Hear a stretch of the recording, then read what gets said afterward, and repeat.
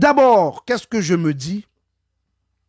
On aurait pu, par exemple, par l'annulation de ce festival, réaliser un panel de discussion et tomber dans une dynamique de réflexion sur cette annulation-là. Mettre l'emphase sur la perte de ce monsieur qui vous a fait réservation d'hôtel. Il y en a pour qui il a payé des billets d'avion. Il n'a pas payé pour tout le monde, mais il y en a pour qui il a payé des billets d'avion. Il a payé des billets d'avion. Il a payé votre hôtel. Vous êtes arrivé tant de vous sensibiliser par cette perte qu'il a connue, parce qu'il vous a invité. Il a payé une salle, il a payé des groupes musicaux, et voici, 24 heures après l'événement, l'obligation qui lui est faite d'annuler cet événement-là, sur lequel il comptait pour rentrer son argent. Qui est-ce qui va restituer cet argent dépensé à monsieur? Personne, parce que l'État ne vous avait pas demandé de programmer. Vous avez programmé, c'est au risque et péril. Alors, temps de vous asseoir et vous mettre en solidarité avec lui, temps de vous asseoir et de vous sensibiliser par cette perte qu'il a connue, vous vous mettez en spectacle en vous disant que vous êtes les plus forts, les plus ceci, les plus cela. Quel était le sujet de vos discussions? Vêtements, habillés. Qu'est-ce que ça veut dire habillé? Qu'est-ce que ça veut dire vêtements? Alors que vous savez aujourd'hui, n'importe quel vêtement que vous portez, si vous n'avez pas l'original, vous pouvez aller chercher ce qu'on appelle la contrefaçon. Et si quelqu'un va aujourd'hui sur le Witch, qu'on voit donc cet appui de Facebook, eh bien vous allez voir tellement et tellement de vêtements semblables, ressemblés. Et vous auriez dit que c'est pas normal. Mais non, c'est pas normal. C'est vraiment pas normal de s'accentuer dans le monde actuel sur une question de vêtements, de s'accentuer sur le monde actuel sur une question de nombre de personnes qui marchent après vous. Parce que vous cherchez de l'attention sur les réseaux sociaux. Vous savez que si c'était pour chercher de l'attention sur les réseaux sociaux, j'aurais pu redresser une fausse polémique entre BS et Luko comme on le faisait dans le temps, et ça aurait donné beaucoup de visibilité. Parce que je comprends mal que vous blâmez Florence et Blondedi Ferdinand parce que vous estimez que ce duel que les deux engagent sont d'ordre virtuel, rien à être utile pour la société, pour les plus jeunes.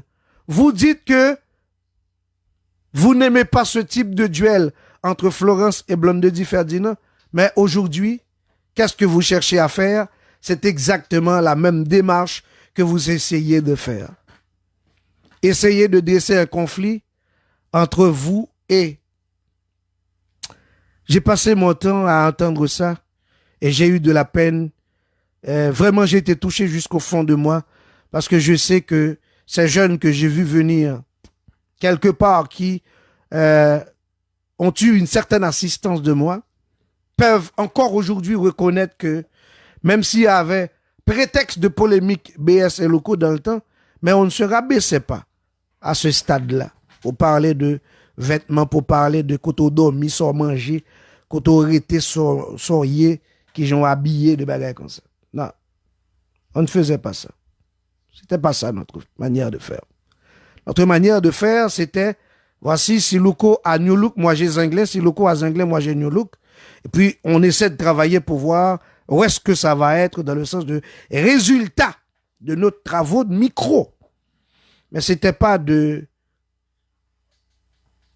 cet état banal, trivial, ridicule à un certain niveau. Ou s'il doit y avoir un conseil, mon ami Boss Benz, la formulation n'est pas bonne.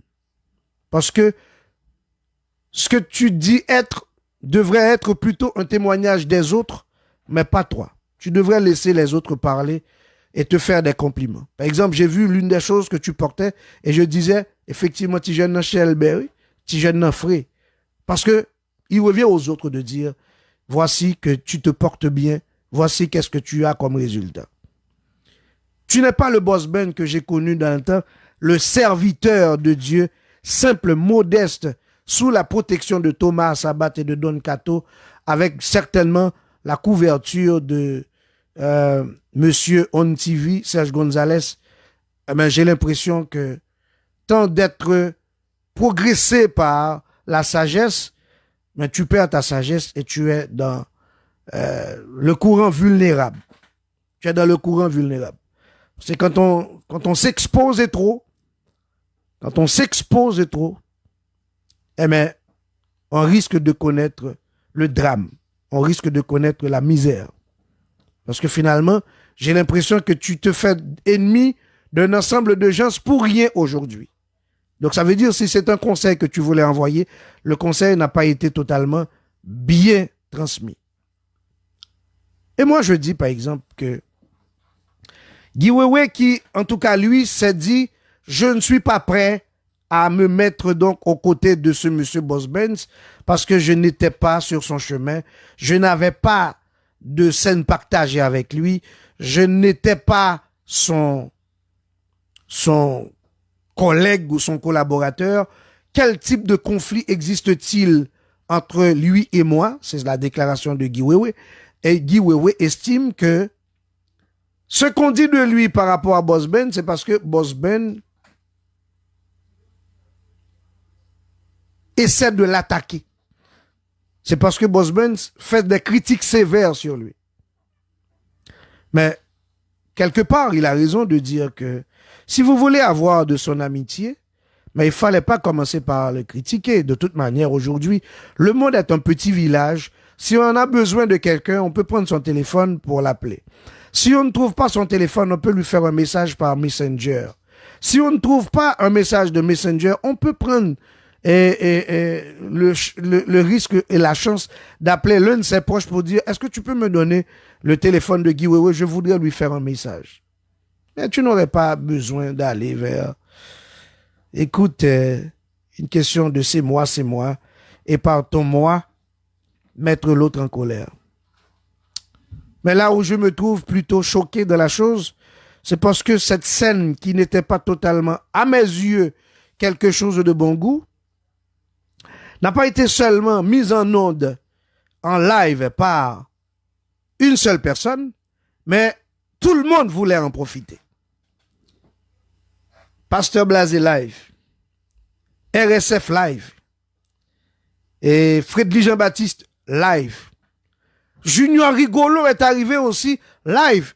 Mais mon Dieu, qui pouvait se servir de modèle pour ne pas avoir à dire j'exploite la scène, tant de se faire modèle et d'apporter la paix dans la chose.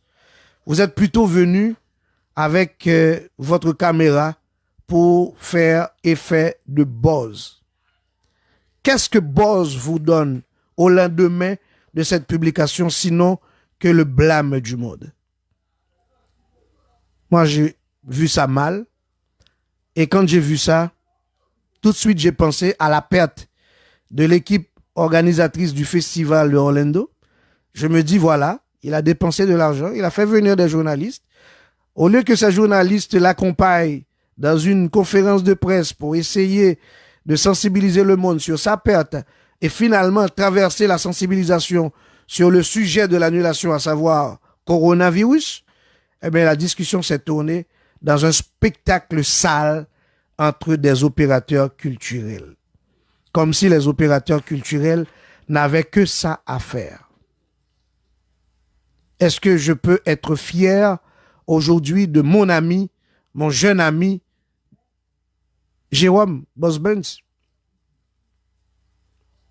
Est-ce qu'aujourd'hui je peux me dire fier de ce qu'a essayé de faire Junior Rigolo dans la chose? Non, je ne suis pas fier de ce que Rigolo a essayé de faire. Si Rigolo se mettait au milieu, tranchait pour dire, monsieur, cessez de faire cette discussion. Vous êtes en onde sur plein d'autres d'espaces, donc les gens vont parler mal de nous. Allons vers un autre sujet. Prenons la chose dans le bon sens. Écoutez, si Boss Ben, ça fait mal la transmission de son message, on comprend qu'il l'a mal fait. Essayons de lui faire le pardon. Mais essayons plutôt aujourd'hui de nous accentuer sur la raison pour laquelle le festival est annulé. D'abord, l'annulation du festival comme tel et de nous solidariser avec l'organisateur qui nous a invités. Ensuite, allons essayer de faire un petit mouvement pour nos autres prochains. Les prochains dans le monde, des prochains dans la vie, des prochains et les circonstances dans lesquelles nous sommes avec coronavirus.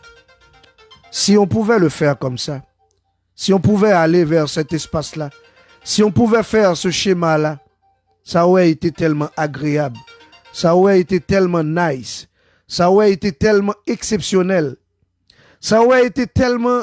De toute manière, l'année dernière, on l'a déjà expérimenté. Et c'est là que je dis, c'est quand même correct pour un homme comme d'Haïti. C'est quand même une punition que Joe a eue cette année. Parce que l'année dernière, il y avait tentative de bordel également après le festival. Et il y en a au niveau de la presse culturelle qui se sont révoltés contre la jeune qui s'appelle, comment qu'elle s'appelle déjà? Je crois Karine ou Carline. En tout cas, qui est dans les relations publiques dans l'organisation. Mais Zagalo et moi, on s'était dit qu'il faudrait calmer la fureur. Et on a calmé la fureur, on a remis les choses au point parce qu'on a organisé un panel de discussion avec tous les membres de la presse culturelle qui étaient là et on y a remédié. Le calme est revenu et on a donc fait qu'est-ce que les gens ont appelé une mise au point. Dans cette mise au point, Joe est arrivé, il a pris la parole, il s'est excusé de cet ensemble de dérives connues à partir de ce que ces journalistes culturels de l'année dernière ont exigé, ont fait valoir par rapport au porte-parole, à la porte-parole. Et les discussions bel et bien terminées par une note de sagesse parce que tout le monde s'harmonisait et tout le monde se mettait d'accord sur le but ultime de notre présence à Orlando. Mais cette année, malheureusement, temps de nous mettre ensemble, temps de nous faire respecter, temps d'aller vers une vie qui pouvait au fait faire de nous des hommes dignes. Ah non. Non. On a préféré tomber dans un théâtre amer, mauvais goût, un théâtre de mauvais goût. Alors, aujourd'hui, il y en a qui disent qu'ils doivent essayer de blâmer Boss Benz. Boss Benz mérite d'être blâmé. Faute d'approche, s'il avait un bon conseil à donner, faute d'approche, il doit être blâmé. Mais c'est vrai aussi que par sa manière de faire, il y en a qui le voient comme un simple petit con. Donc, il doit changer son comportement. Il doit avoir une autre manière de vendre. Qu'est-ce qu'il veut vendre comme modèle? Si on se dit modèle, il faut dire voici dans quoi est-ce que je suis modèle. Et c'est là que la tâche peut paraître agréable aux yeux des plus vulnérables ou même aux yeux des plus intelligents. Mais si vous le dites et ça passe mal, ça veut dire que l'approche n'est pas bonne. Je m'excuse. Mais c'est voir Yvener présent, c'est voir Rigolo présent, c'est voir même El Señor présent, et personne n'avait suffisamment d'autorité pour traverser le milieu et de faire la paix. Parce qu'au moins, autant de discussions de Karel Pedre avec Hervé Laplante, je ne sais pas si vous vous souvenez de cette discussion de Hervé Laplante et de Karel Pedre. Il y avait quand même Choubou qui essayait de demander, de réclamer la paix entre Hervé Laplante et Karel Pedre. Choubou avait quand même tenté de dire à Karel Pedre, écoute, je te demande de donner la main à Hervé Laplante. Hervé Laplante, je te demande de faire la paix à Karel Pedre. Au moins, il y avait cette tentative-là. Et je vais vous le dire, Karel avait refusé la main à Hervé Laplante. Karel avait refusé la main à Hervé Laplante. Mais Hervé Laplante était quand même prêt à obéir à la voix de Choubou. Et c'est ce qui allait mettre mon petit mot dans la chose quand j'ai expliqué que je comprends très mal que Karel n'a pas fait preuve de sagesse en acceptant, malgré colère, malgré toute forme d'indignation sur la mauvaise manière d'Hervé Laplante, mais quelqu'un de l'âge de Choubou, de la trempe de Choubou, s'il t'a demandé de faire la paix, tu aurais pu avoir un autre comportement.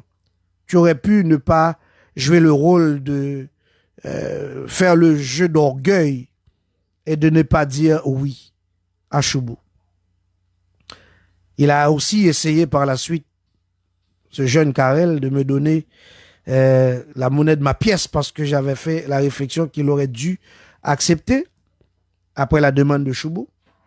Il avait tenté de me donner une pièce par rapport à la monnaie de ma pièce. Mais il en avait aussi sa monnaie de la pièce par la suite. Donc je crois qu'aujourd'hui, si on parle à Karel et on lui dit est-ce qu'il avait aimé cette expérience avec Hervé Laplante, possiblement, il dirait que c'était pas utile. Je veux croire la même chose pour Hervé Laplante. Si on lui dit aujourd'hui, est-ce que l'expérience de cette discussion avec Karel Pedre, est-ce que tu l'avais aimé? Est-ce que ça a produit pour toi quelque chose d'extraordinaire? Je veux croire que Karel et Hervé Laplante, les deux diraient que c'était pas utile. Même si aujourd'hui, Boss Benz mettrait dans la tête qu'il est satisfait parce que ce qu'il voulait, c'était d'avoir de l'audience virtuelle. Ce qu'il voulait, c'était d'avoir la plus grande attention. Ce qu'il voulait, c'était faire la controverse par rapport à la scène des autres. Même si dans sa tête, aujourd'hui, il devient un homme virtuellement populaire, c'est quand effectivement, c'est une réalité de l'Internet, on peut appeler ça virtuel. J'étais sur les ondes, j'étais en train de regarder cet après-midi Guy Wewe qui expliquait les dérives qu'il a connues à Orlando. Parce qu'il voulait faire le point sur la chose, il y avait du monde en hausse dans le live de Guy Wewe. Je crois que Guy était même à un certain moment à quelques 6000 personnes live. Et sitôt qu'il cassait le rythme des explications, et le monde s'en allait. Le monde s'en allait. C'est pour vous dire que qu'est-ce qui gère le monde actuellement?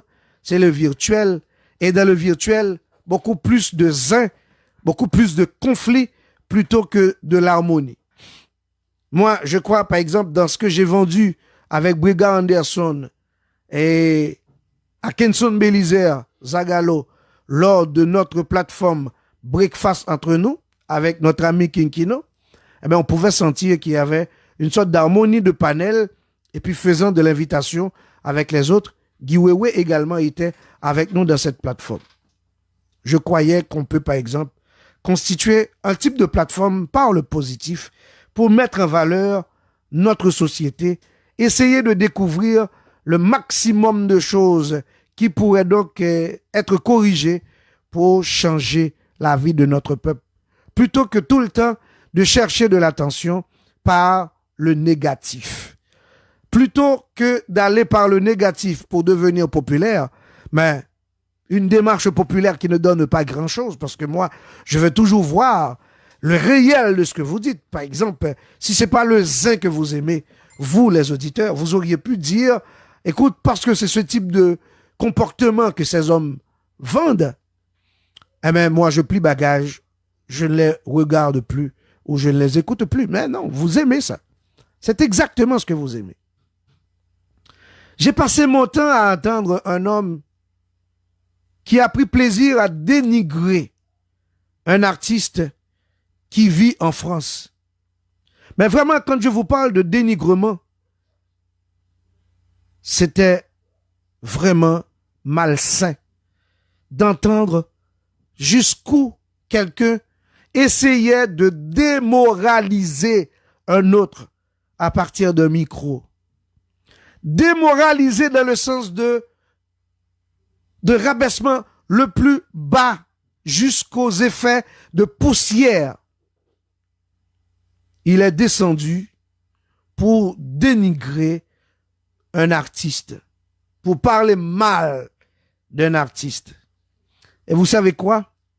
Parce que ce dernier parlait mal de l'artiste, les gens montaient, on montait dans son live. Parce que qu'est-ce qu'on aime aujourd'hui?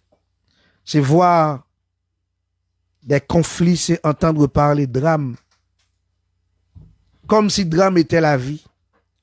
Comme si parler mal des autres était la principale tâche à orchestrer pour essayer d'exister. Ça fait la peine, ça fait mal, c'est triste, je vous le dis, et je crois que nous sommes aujourd'hui dans une société totalement à l'envers. C'est une société à l'envers. Parce que c'est pas ce que nous étions hier. Hier, il y a eu des exigences de qualité.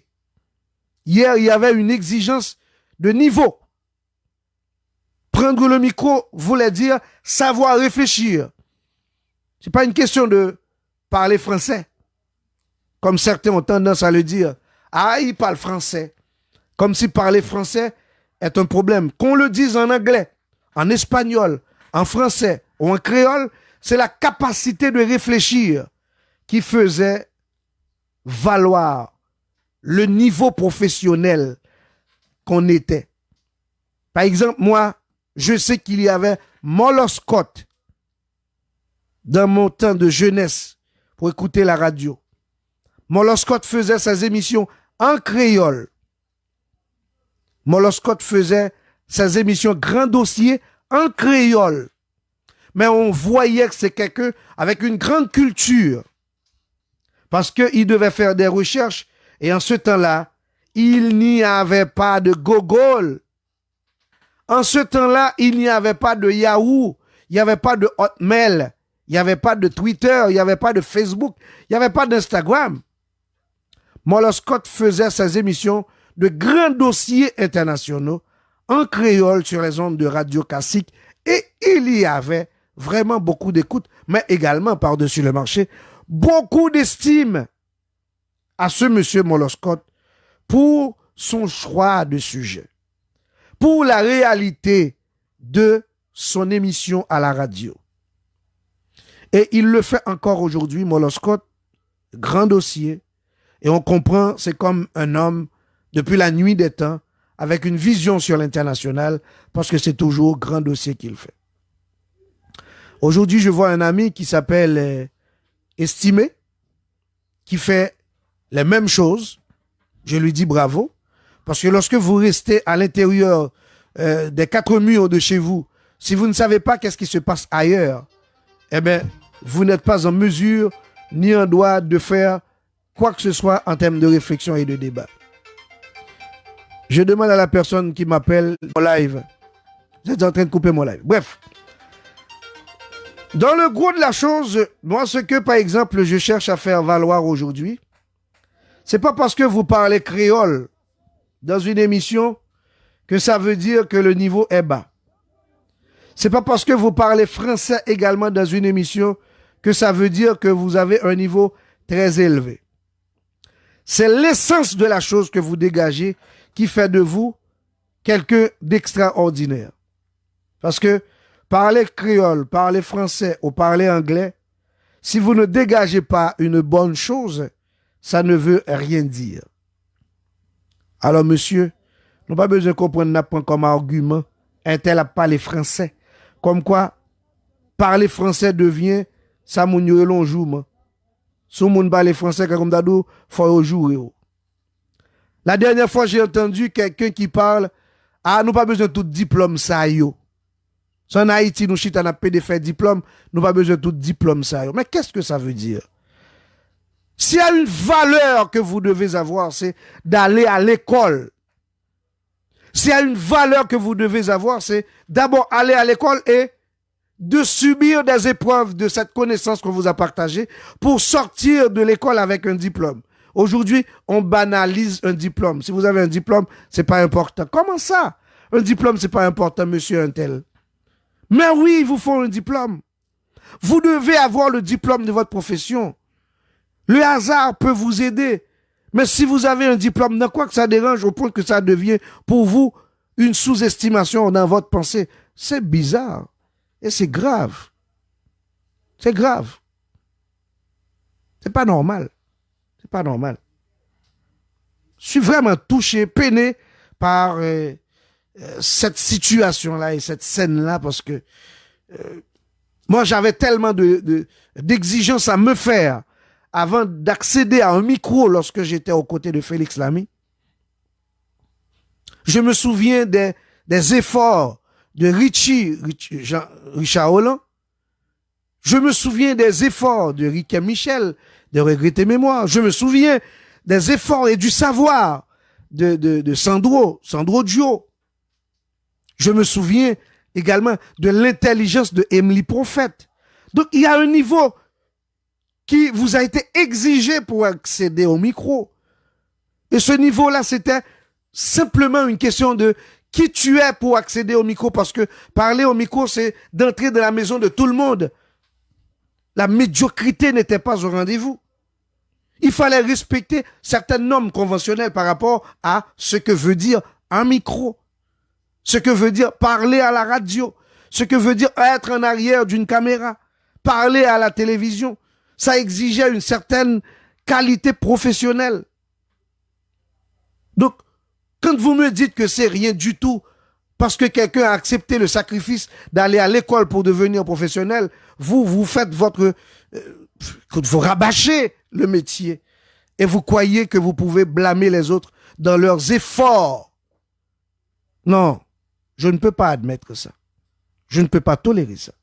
Je ne peux pas admettre que le rabaisse comme ça le métier parce qu'il y a une plateforme qui s'appelle Facebook qui vous donne le droit avec un laptop, un petit mixeur et un micro et maintenant d'entrer dans la vie des gens, de dire n'importe quoi. Et vous croyez par exemple qu'il est bien de dire que c'est pas important d'aller à l'école, c'est pas important d'apprendre le métier. Apprendre un métier, c'est pas utile. Oh! Donc vous croyez que celui qui a fait la plateforme Facebook, il n'a pas été à l'école pour le faire? Moi, je crois qu'à un certain moment, il faudrait retourner à l'intérieur de ces plateformes-là, voir s'il ne doit pas y avoir des exigences pour ce qu'on appelle des appuis